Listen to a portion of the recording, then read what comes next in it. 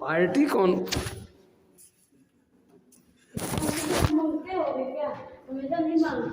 चलिए देखिए, house property, इसमें रिवीजन थोड़ा सा तेज गति से किया जाएगा। डिटेल एक बार हम बताते हैं।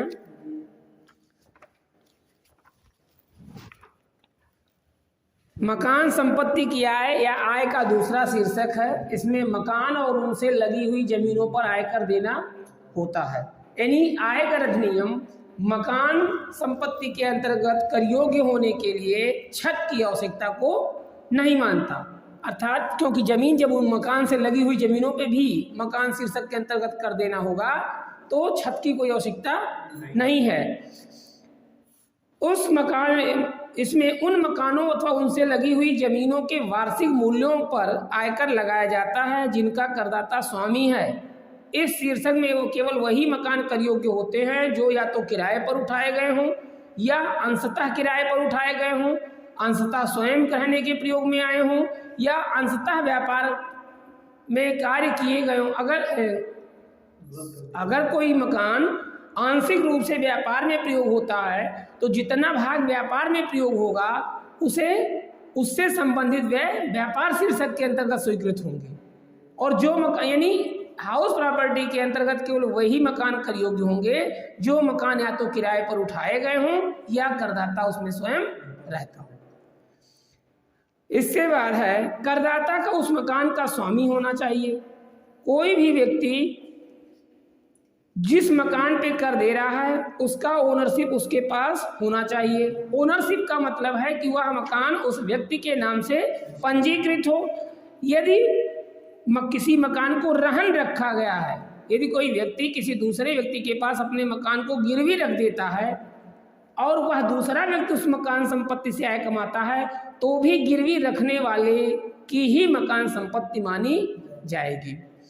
इसी तरह से यदि कोई व्यक्ति अपने जीवन साथी, किसी अवयस्क बच्चे जिसमें विवाहित पुत्री को छोड़ दिया जाता है, को मकान संपत्ति बिना प्रतिफल के हस्तांतरित कर देता है, तो भी उस व्यक्ति का मालिक वही व्यक्ति माना जाएगा जिसने मकान संपत्ति को बिना प्रतिफल के हस्तांतरित किया है।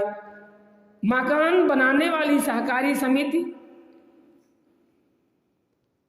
द्वारा किसी सदस्य को मकान आवंटित कर दिया जाता है तो वह व्यक्ति उस मकान का स्वामी माना जाएगा जिसे मकान आवंटित कर दिया गया है। और जब यदि पट्टे की जमीन लेकर कोई व्यक्ति मकान बनवाता है तो मकान बनवाने वाला ही इसका स्वामी माना जाएगा। और यदि विवाद की स्थिति पैदा हो जाए तो जिसके कब्जे में मकान संपत्ति होगी वही उसका स्वामी मान लिया जाएगा। इसके बाद है, मकान संपत्ति के संबंध में कौन कौन सी चीज़ें कर मुक्त हैं। यदि कृषि भूमि अथवा उसके पास कोई मकान स्थित है तो वह कर से मुक्त है। यानी ये भी कहा गया कि वही मकान संपत्ति शीर्षक के अंतर्गत कर योग्य होंगे जो क्या हों, शहरी क्षेत्र में स्थित हों। भारतीय रियासत के राजा के एक महल का वार्षिक मूल्य जो है वो कर मुक्त होगा। निम्न संस्थाओं के स्वामित्व वाली मकान संपत्ति से आय स्थानीय प्राधिकरण, वैधानिक शोध संघ, ट्रेड यूनियन, पुण्यार्थ ट्रस्ट, राजनीतिक पार्टी, अस्पताल अथवा अन्य चिकित्सा संस्थान एवं विश्वविद्यालय तथा अन्य शिक्षा संस्था जिसका उद्देश्य लाभ कमाना नहीं है, उनके लिए मकान संपत्ति से भी यदि कोई आय होती है तो वो कर मुक्त होगी। करदाता का अपने ही व्यापार अथवा पैसे में प्रयोग होने वाले मकान से आय इस शीर्षक के अंतर्गत कर मुक्त होगी। स्वयं के रहने के मकान से आय इस शीर्षक के अंतर्गत कर मुक्त होगी। मकान संपत्ति, यदि कोई मकान संपत्ति विदेश में है, कोई व्यक्ति भारत का निवासी है और उसकी मकान संपत्ति विदेश में है, तो उसकी मकान संपत्ति आय पर भारत में मकान शीर्षक आय में कर योग्य माना जाएगा। यानी मकान हाउस प्रॉपर्टी के अंतर्गत विदेश में स्थित मकान संपत्ति पर भी कर लगाया जाएगा यदि करदाता भारत का निवासी है। यदि कोई व्यक्ति 2 या 2 से अधिक व्यक्ति किसी एक ही मकान संपत्ति के मालिक हों और दोनों का प्रत्येक अंश निश्चित हो तो प्रत्येक सह स्वामी को अपने हिस्से की आय पर आयकर देना होगा। यदि कोई व्यक्ति किसी मकान को किराए पर लेता है और पुनः उसे किराए पर उठा देता है तो उसको सिकमी किराया कहते हैं, और सिकमी किराए से प्राप्त आय इनकम फ्रॉम अदर सोर्सेज में टैक्सेबल होती है। व्यापार की सुविधा के लिए अथवा सुरक्षा के लिए किराए पर उठाई गई संपत्तियों से प्राप्त किराया यदि ऐसा व्यापार करने में सुविधा प्रदान करेगा तो वह मकान संपत्ति आय शीर्षक में कर योग्य नहीं होगा, वह व्यापार शीर्षक में कर योग्य माना जाएगा। जैसे हमारे पास कोई मकान है, हम व्यापार कर रहे हैं और उसने अपने कर्मचारी को रख रहे हैं, तो उस मकान कर्मचारी से यदि कोई पैसा लेते हैं तो वो व्यापार शीर्षक की आय मानी जाएगी। इसी तरह से यदि हमारे पास मकान है, हमने व्यापार भी किया है और हमने डाकखाने वाले को अपने मकान को किराए पे दे दिया है, इसलिए कि जिससे हमें वहाँ रजिस्ट्री वगैरह करने में या और कोई हमारे व्यापार में सहयोग प्रदान करेगा, तो उस डाकखाने को जो उठाने से में आय होगी वो व्यापार की आय मानी जाएगी। पेइंग गेस्ट रखने से आय, अन्य साधनों से आय मानी जाएगी। संयुक्त किराया, ये पहले ही बताया था कि यदि अनुबंध के अंतर्गत किराए की धनराशि में कुछ सुविधाओं के मूल्य शामिल कर लिए जाते हैं तो उन सुविधाओं का मूल्य घटाकर मकान संपत्ति आय की गणना की जाएगी। कर किस पे देना है? प्रत्येक व्यक्ति को मकान के सकल वार्षिक मूल्य कर देने के लिए वार्षिक मूल्य की गणना की जाएगी। वार्षिक मूल्य ज्ञात करने के लिए सबसे पहले मकान का सकल वार्षिक मूल्य ग्रॉस एनुअल वैल्यू ज्ञात किया जाएगा। ग्रॉस एनुअल वैल्यू ज्ञात करने के लिए मकान को 2 भागों में बांटा गया है। एक ऐसे मकान जिन पर किराया नियंत्रण अधिनियम लागू नहीं होता है और एक ऐसे मकान जिन पर किराया नियंत्रण अधिनियम लागू होता है। ऐसे मकान जिन पर किराया नियंत्रण अधिनियम लागू नहीं होता है उन मकानों के संबंध में ग्रॉस एनुअल वैल्यू की गणना करने के लिए वास्तविक किराया यानी एक्चुअल रेंट, फेयर रेंट और म्यूनिसिपल वैल्यू, नगर पालिका मूल्य, वास्तविक किराया और उचित किराया, इन तीनों की तुलना की जाती है। अगर मकान रेंट कंट्रोल एक्ट के अंतर्गत इफ हाउस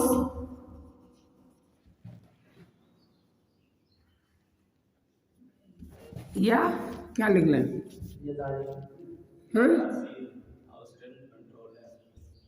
यदि मकान RCA रेंट कंट्रोल एक्ट के अंतर्गत नहीं आता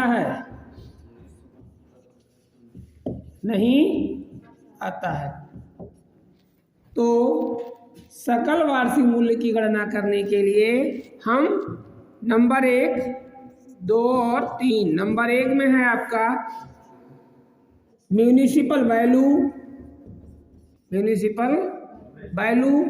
नगर पालिका मूल्य मकान का वह मूल्य होता है जो नगर पालिका द्वारा निर्धारित किया जाता है।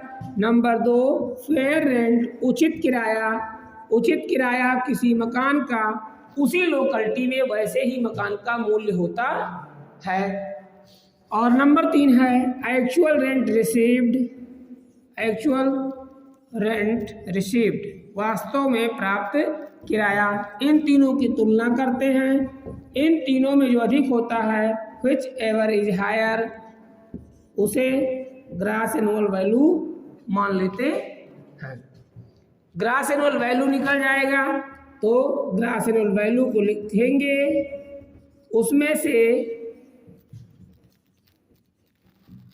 नगर पालिका कर को घटा दिया जाएगा, लेस म्यूनिसिपल टैक्स आ जाएगी हमारी एनुअल वैल्यू से 30% स्टैंडर्ड डिडक्शन घटा दिया जाए, SD at the rate of 30%, under section 24 on annual value, number 1, और नंबर दूसरी है इंटरेस्ट ऑन लोन, घटा दिया जाएगा तो फिर आपको मिल जाएगा इनकम फ्रॉम हाउस,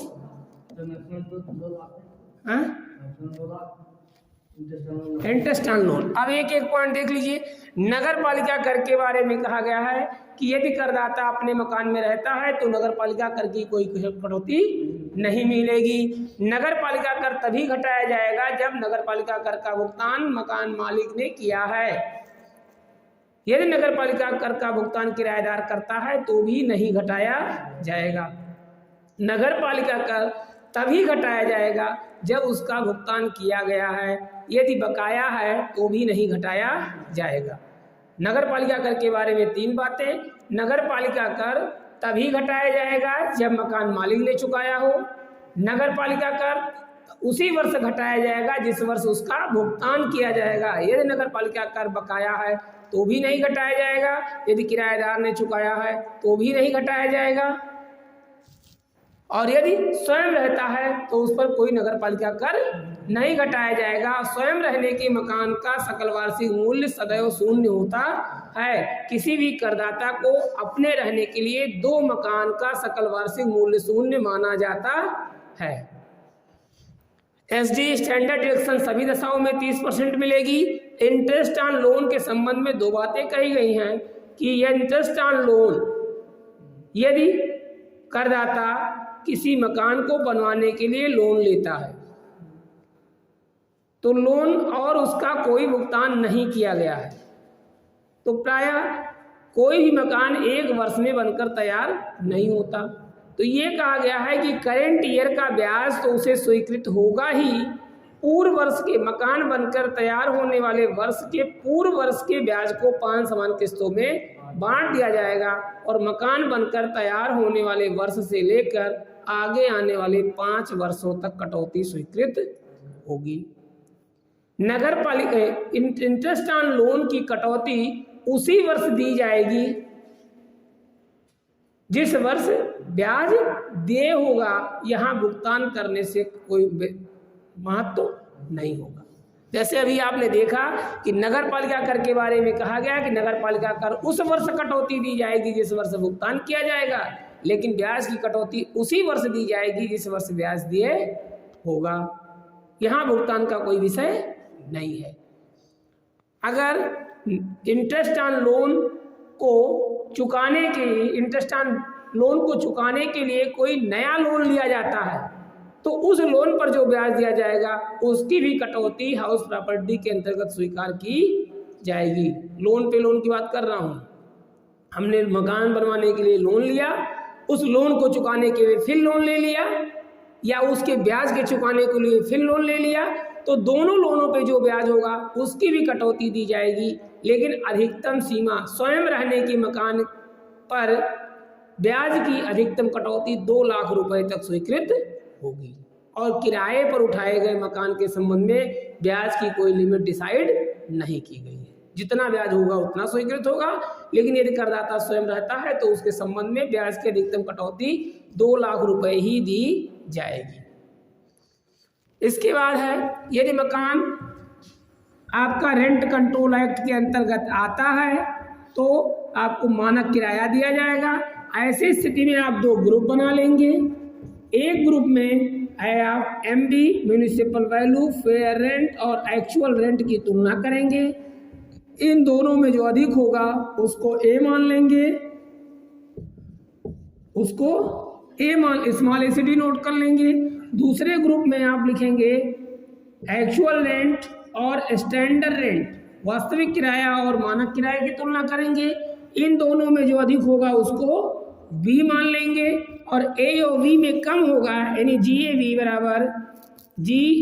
बराबर whichever is less between A and V. इन तीनों में जो कम होगा, दोनों में जो कम होगा उसको सकल वार्षिक मूल्य मान लिया जाएगा। सकल वार्षिक मूल्य से एमटी को घटा दिया जाएगा, एमटी के बाद एसडी घटाया जाएगा, एमटी घटाने पे एनुअल वैल्यू मिलेगा, एनुअल वैल्यू के बाद एसडी घटा लेंगे 30%, तो आपको इनकम मिल जाएगी। अगर इंटरेस्ट दिया है तो इंटरेस्ट को भी घटा दिया जाएगा। कभी कभी परीक्षाओं में पूछ लिया जाता है कि मकान संपत्ति से आय की गणना करने के लिए विधियों का वर्णन कीजिए। तो इसी चीज को एक बार आप थ्योरी के रूप में लिखिएगा और दोबारा फॉर्मेट बना दीजिएगा कि किसी भी करदाता को मकान संपत्ति से आय की शीर्षक की गणना करने के लिए विधि निम्न प्रकार है। इसके लिए मकान को 2 भागों में बांटा गया है। एक ऐसे मकान जिन पर किराया नियंत्रण अधिनियम लागू होता है, एक ऐसे मकान जिन पर किराया नियंत्रण अधिनियम लागू नहीं होता है। ऐसे मकान जिन पर किराया नियंत्रण अधिनियम लागू होता है उनके लिए नगर पालिका मूल्य, उचित किराया और वास्तविक किराया तीनों की तुलना की जाती है। तीनों में जो अधिक होता है उसे ग्रॉस एनुअल वैल्यू, सकल वार्षिक मूल्य मान लिया जाता है। फिर इसी चीज को इंग्लिश में लिखिएगा। उसके बाद सकल वार्षिक मूल्य की गणना हो जाने के बाद यदि नगर पालिका कर दिया गया है तो नगर पालिका कर की राशि घटा दी जाती है, जिससे एनुअल वैल्यू प्राप्त होती है। एनुअल वैल्यू पर 30% एसडी घटा दी जाती है। और यदि ब्याज दिया गया, यदि मकान बनवाने के लिए कोई लोन लिया गया है तो लिए गए लोन पर दिए गए ब्याज को भी घटा दिया जाता है, जिससे मकान संपत्ति आय शीर्षक मकान संपत्ति की आय निकल आती है।